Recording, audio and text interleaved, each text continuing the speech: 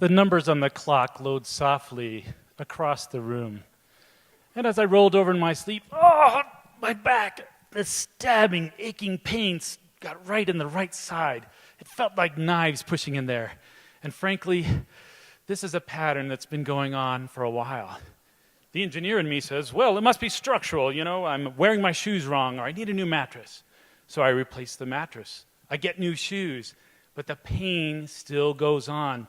In fact, I'm eating so many ibuprofen that my tongue is getting sore. And I know that I can't be in denial anymore. I have to do something serious. I'm going to have to actually talk to my doctor. So I go in to visit Dr. Brad Abramson, and during my checkup, I'm describing the pain in my back, and he kind of raises an eyebrow and says, I think we need to do a blood test. As I'm walking down the hallway, I have the little piece of paper, and I open it up to see, maybe get a hint of what's happening. Possible presenting. What the hell is that? I write it down, I donate my blood, and then I go home to somebody who can help me, somebody who knows more about what's happening. Yes, you're right, I went home to Google. Ankylosing spondylitis is a chronic, incurable autoimmune disease. It starts in the sacroiliac joint, usually on one side of the hip, and eventually makes your bones all fuse together in your back and your ribs. No, this isn't happening to me. I look at the symptoms. Well, yeah, last year, last month, last night. This is really happening to me. I can't believe this. How can I have a disease? I'm in really complete shock about what's happening. I'm a good guy, right? I ride my bike, I exercise, I play with my kids, I eat good food. I even pick up litter that I didn't throw away. And then the lab test came back, and they said, I have HLA-B27. That's a gene defect that affects 10% of the people. So in this room, maybe 40 people. And of those 40 people, 3% will get this disease, which statistically would be me. Another fellow who had the disease is Dr. Alan Ebringer. He's a rheumatologist at King's College in London. Now, he did a lot of research and found there was a pretty strong link between this chronic autoimmune disease and a friendly little bacteria called Klebsiella pneumoniae. Now, that's a starch-eating bacteria. It's pretty handy to have, actually, down deep in our guts.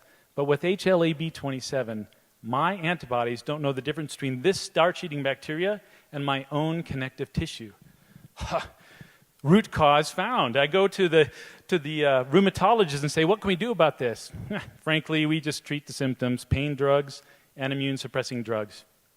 Dr. Ebringer says a much simpler problem to solve. Just eliminate starch from your diet.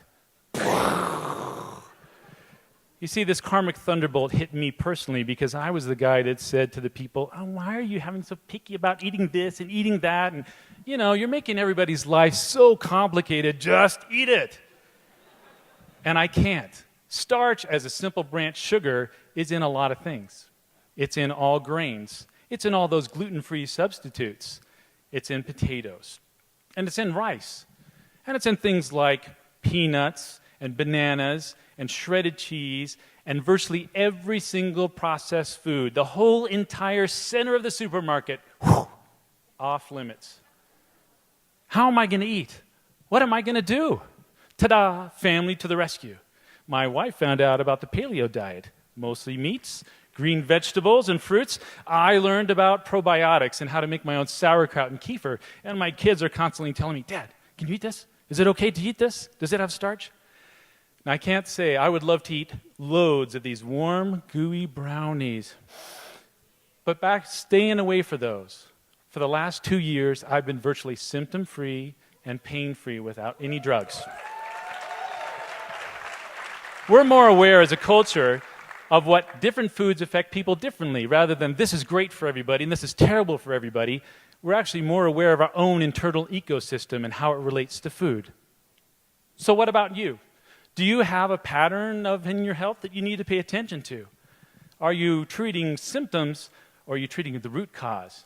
And are you going it alone, or are you getting the help of people who really care about you? Hippocrates said about 2,000 years ago, let medicine be your food and food be your medicine. My request to you tonight If brownies are on your medicine list, would you have an extra one for me?